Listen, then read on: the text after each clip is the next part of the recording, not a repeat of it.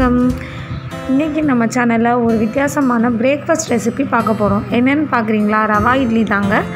இதுக்கு என்னென்ன தேவைன்னா, ஒரு கப் ரவா 250 கிராம் வரும், ஒரு கப் தயிர், 1 டேபிள் ஸ்பூன் கடுகு உளுந்தம்பருப்பு, 1 டேபிள் ஸ்பூன் கடலைப்பருப்பு, முந்திரி பருப்பு தேவையான அளவு, 1 இன்ச் இஞ்சியை துண்டு துண்டாக நறுக்கி வச்சுருக்கேன், அரை வெங்காயத்தை கட் பண்ணி வச்சுருக்கேன், பெரிய வெங்காயம், பச்சை மிளகாய் 1 பொடிசா நறுக்கி வச்சுருக்கேன், நெய் தேவையான அளவு, பேக்கிங் சோடா 1 டேபிள் ஸ்பூன், கறிவேப்பிலை தேவையான அளவு, கொத்தமல்லி தேவையான அளவு. வாங்க எப்படி பண்ணுறதுன்னு பார்க்கலாம். கடாயில் 3 டேபிள் ஸ்பூன் நெய் ஊற்றிட்டு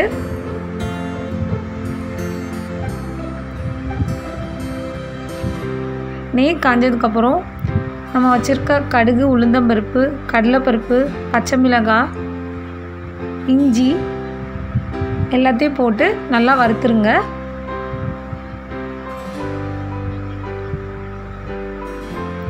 கொஞ்சம் வறுப்பட்ட பிறகு நம்ம சாப் பண்ணி வச்சுருக்க முந்திரி பருப்பை போட்டுடலாம்.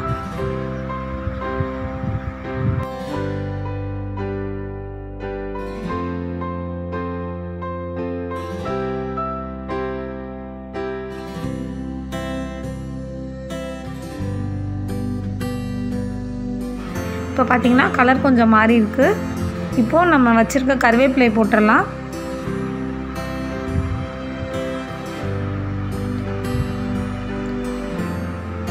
அடுத்து நம்ம நறுக்கி வச்சுருக்க பெரிய வெங்காயத்தையும் போட்டுடலாம். பெருங்காய பொடி தேவையான அளவு போட்டுக்கலாங்க. நெய்க்கு பதிலாக எண்ணெய் யூஸ் பண்ணலாம். நெய் யூஸ் பண்ணால் இன்னும் நல்லா டேஸ்டியாக இருக்கும்னு சொல்லி நான் நெய் யூஸ் பண்ணியிருக்கேன்.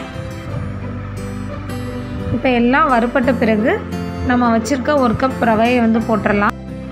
மிதமான சூட்டில் ஒரு 2லேருந்து 3 நிமிஷம் வரை இதை வறுத்துக்கோங்க. இதோட நம்ம துருவின கேரட்டையும் போட்டுக்கலாங்க. இப்போ பார்த்திங்கன்னா நல்லா வறுபட்டுருச்சு. இதை கொஞ்சம் நேரம் நல்லா ஆற விட்டுருங்க. ஆறினதுக்கப்புறம் நான் பாத்திரத்தில் மாற்றி வச்சுட்டு அடுத்து நம்ம 1 கப் தயிர் ஊற்ற போகிறோம். தயிர் நல்லா கட்டி தயிராக இருக்கணும், ரொம்பவும் புளிச்சிருக்கக்கூடாது.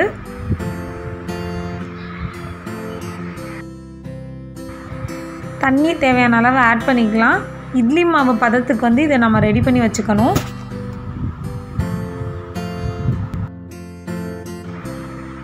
இப்போ பார்த்திங்கன்னா இட்லி மாவு பதத்துக்கு ரெடி ஆகிடுச்சு. இதோட தேவையான அளவு உப்பு போட்டுக்கணும். அப்புறம் பேக்கிங் சோடா போட்டுக்கோங்க. பேக்கிங் சோடா எதுக்குன்னா இட்லி அமுங்காமல் இருக்கிறதுக்கு கொஞ்சம் நல்லா பூஸ் பூஸ்ன்னு வருங்க. கடைசியாக கொத்தமல்லியை தூவி விட்டு ஒரு தடவை மிக்ஸ் பண்ணி வச்சுக்கோங்க. இதை நம்ம ஒரு 15 நிமிடம் அப்படியே வச்சுருங்க. இப்போ பார்த்திங்கன்னா 15 நிமிஷம் ஆயிடுச்சு. இப்போ நம்ம இட்லி சட்டியில் கொதி வந்தது பிறகு இதை ஊற்றி வேக வச்சிடலாங்க.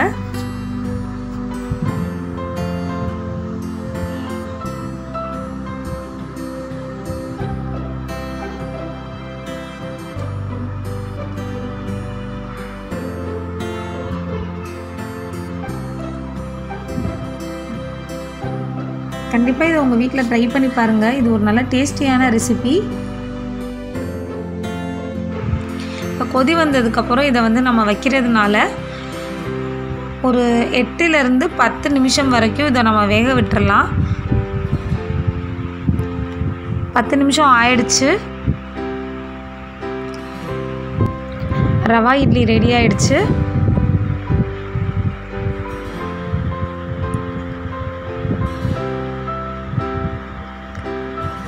ரவா இட்லிக்கு தேங்காய் சட்னி ஒரு சூப்பர் காம்போங்க. இதை கண்டிப்பாக ட்ரை பண்ணி பாருங்கள் உங்கள் வீட்டில். இந்த வீடியோ உங்களுக்கு பிடிச்சிருந்தா எங்கள் சேனலை மறக்காமல் லைக் சப்ஸ்கிரைப் பண்ணுங்கள். தேங்க்யூ.